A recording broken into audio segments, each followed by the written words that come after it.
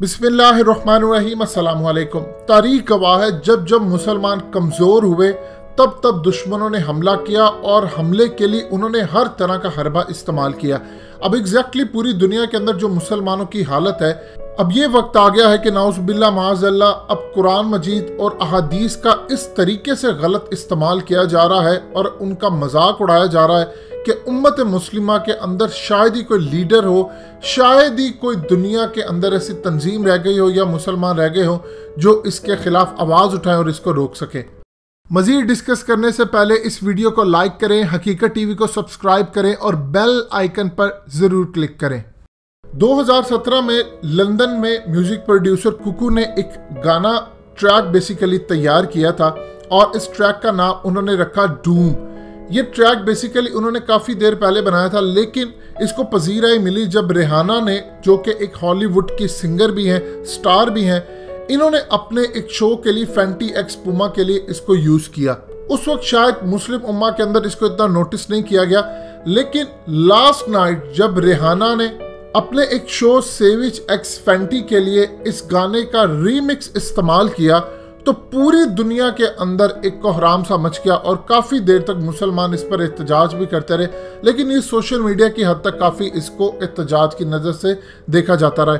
इसमें सूरत हाल क्या थी जिसकी वजह से आपको लगता है कि पूरी तरह इन्होंने हमारी अहादीस और हमारे दीन का मजाक उड़ाया है। और ये कोई पहली दफ़ा ऐसा नहीं हुआ। 2013 के अंदर जब रिहाना अबू धाबी के अंदर गई, वहाँ की मस्जिद के आगे खड़े होकर इसने हिजाब का मजाक उड़ाया और किस तरह मस्जिद के सामने खड़े होकर अनऑथराइज एक फोटोशूट करवाया। बाद में इसको वहाँ से निकल जाने का भी हुक्म दे दिया गया। म्यूजिक इंडस्ट्री जितनी भी चलती है, ये तमाम की तमाम शैतानी ताकतें इनको कंट्रोल करती हैं और इसी तरह के मकासद के लिए इस्तेमाल करती हैं। कुवैत के एक इंतहाई खूबसूरत किरात वाले कारी मिशारी बिन राशिद अल फासे, आपने इनकी तिलावत कभी ना कभी ज़रूर सुनी होगी।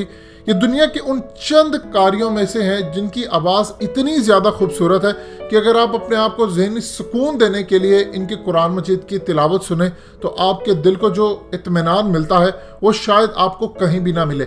इस म्यूज़िक प्रोड्यूसर ने एक हदीस ये बयान कर रहे थे कुछ अरसा पहले, जिसका जिक्र हमें सही बुखारी की हदीस नंबर 1036 में भी मिलता है और डिफरेंट हदीस हैं जिसके अंदर हमें जिक्र मिलता है, जिसमें नबी पाक सल्लल्लाहु अलैहि वसल्लम ने फरमाया कि क़यामत इस वक्त तक नहीं आएगी जब तक इल्म दीन ना उठ जाएगा, ज़लज़लों की कसरत ना होगी, ज़माना जल्दी जल्दी ना गुजरे, फितने फसाद ना फूट पड़े। ये एक इस तरह की लंबी हदीस है और इसी तरह डिफरेंट जगहों पर डिफरेंट अहादीस की किताबों में इसका जिक्र मिलता है। अब इन कारी ने एक जगह पर इस हदीस को पढ़ते हुए खूबसूरत अंदाज में बताया, एक्सप्लेनेशन दी कि ज़माने आखिरत में ये कुछ होगा।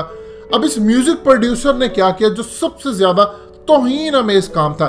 इस म्यूजिक प्रोड्यूसर ने इनकी इस ऑडियो को उठाया और इलेक्ट्रॉनिक म्यूजिक के साथ उसकी बीट को मिक्स किया और फिर उसको एक गाने के तौर पर, डूम गाने के तौर पर इसको बनाकर दुनिया में पेश किया। अब रिहाना ने इस पर काम क्या किया? रिहाना ने काम ये किया, जो उसका ये शो चल रहा था वो काफ़ी अरसे से गाने वगैरह तो नहीं गा रही, लेकिन इस सूरत हाल में अपने ब्रांड को प्रमोट कर रही हैं, लेकिन साथ गाने वगैरह भी कभी कभार गा लेती हैं। इस सूरत हाल में ये जो इनका फैशन शो था, इसके अंदर आध नंगी हालत के अंदर मॉडल्स आती हैं और इंतहाई बेहुदा सीन्स थे जो हम आपको शायद दिखा नहीं पाए प्रॉपरली।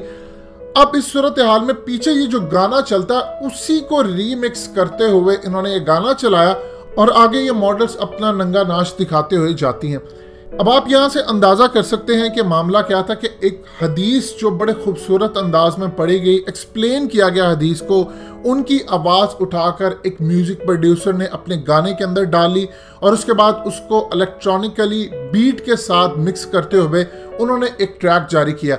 अब उस ट्रैक को जो बेसिकली एक हदीस के बारे में गुफ्तगू हो रही है, एक्सप्लेन किया जा रहा है कि नबी पाक सल्लल्लाहु अलैहि वसल्लम ने फरमाया, उसको ट्रैक में डाला। अब उसको टीवी चैनल्स और मुख्तलिफ शोज के अंदर उसको चलाया जा रहा है और सबसे ज़्यादा बेहुरमती की बात यह है कि बहुत ज़्यादा नंगी मॉडल्स आती हैं, वो आ रही हैं और पीछे ट्रैक चल रहा है। अब बहुत सारे लोग कहते हैं जी रिहाना को नहीं पता था और उस सूरत हाल के अंदर उसने तो सिर्फ शो ऑर्गेनाइज किया।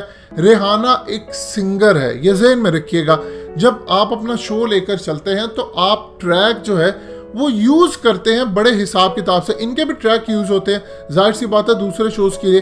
तो जब इसने ट्रैक चूज किया तो इसको पता था कि इस ट्रैक के अंदर सूरत हाल क्या है। अहादीस को कॉपी उठाकर किया गया और उसके बाद उसको तोड़ मड़ोड़ कर उसकी बेहुरमती करके उसको गाने के अंदाज में, और ये जानबूझकर इन्होंने मॉक किया इस्लाम को। उसकी सबसे बड़ी रीजन क्या है? इनको पता है कि मुसलमान कमजोर हो चुके हैं, हमारे खिलाफ कोई आवाज नहीं उठा सकता।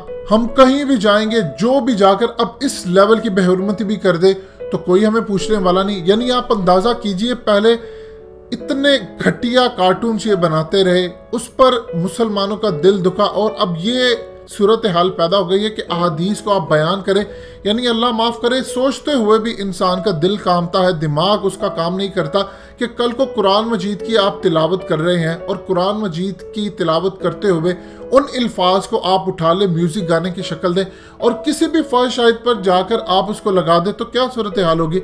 एक चीज आप ज़हन में रख लीजिएगा, सबसे ज्यादा कसूर अगर इस सूरत हाल में नजर आता है तो वो मुसलमानों का और मुस्लिम हुक्मरानों का।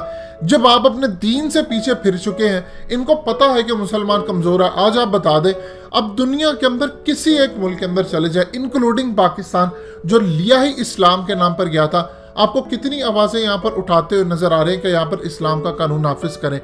आप सिवाय अफगान तालिबान की दुनिया के अंदर कहीं भी चले जाएं, कहीं भी गुफ्तगू हो ही नहीं रही। लोग डरते हैं बात करते हुए कि यहाँ पर इस्लाम का निज़ाम है, वो निज़ाम है जो खुलफा राशिदीन लेकर आए थे।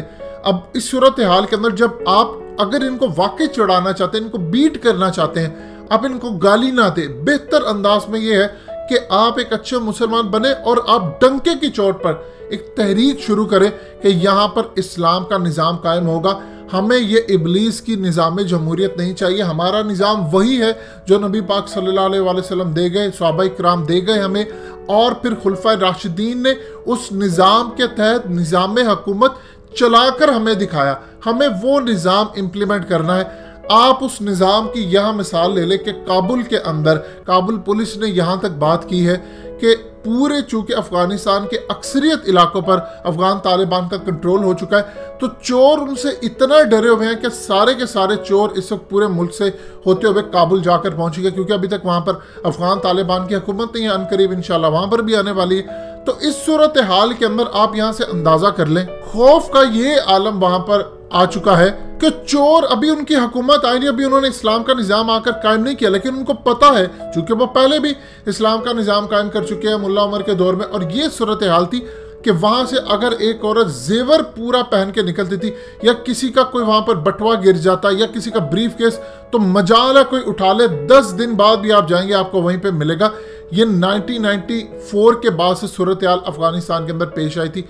अब आप बता दें कि उन चोरों को पता चल गया है कि हुकूमत का सिर्फ एक एरिया ऐसा रह गया है जहां पर हम जाकर कोई चोरी चकारी कर सकते हैं, वो काबुल है। वहां पर गनी और अब्दुल्ला की हुकूमत है। यहां से आप अंदाजा कर ले बरकत इस्लाम की कितनी होती है। ये अब सूरत हाल है कि ओपनली आपके मजहब का मजाक उड़ाया जा रहा है और ओपनली अहादीस का मजाक उड़ाया जा रहा है, लेकिन कोई मुस्लिम हुक्मरान तो छोड़िए, कोई बड़ी तंजीम इनके खिलाफ, कोई अदालत नहीं जा सकती, कोई इनके खिलाफ आवाज नहीं उठा सकती, क्योंकि अब मुसलमानों की सूरत हाल ये हो चुकी है कि मुसलमान अपने जवाल की तरफ है। सबसे पहले अरबों की तबाही है, और याद रखिएगा अल्लाह पाकिस्तान से और पाकिस्तानियों से भी शदीद नाराज है, क्योंकि हमने दीन इस्लाम का निज़ाम नाफिज करने के लिए, खिलाफत रास्ता का निज़ाम नाफिज करने के लिए मुल्क लिया था। और आज सूरत हाल ये है कि वही इबलीस का निज़ाम जमहूरियत, अगर यही निज़ाम रखना था तो इंडिया आप चले जाते। कायदे आज़म को ऑफर की गई थी कि आप प्राइम मिनिस्टर बन जाए बरसगीर के, लेकिन उन्होंने इनकार किया। उन्होंने कहा नहीं, इस निज़ाम के तहत मुसलमान पिसेंगे हमेशा, हमें इस्लाम का निज़ाम कायम करना है। ये आपके सामने सूरत हाल है कि किस तरह मजाक उड़ाया जा रहा है और उम्मत मुस्लिमा के लीडर चुप करके बैठे हैं। दोस्तों, हकीकत टीवी को सब्सक्राइब करना मत भूलिए, वीडियो को लाइक करें, शेयर करें और कमेंट सेक्शन में अपनी राय का इजहार जरूर करें।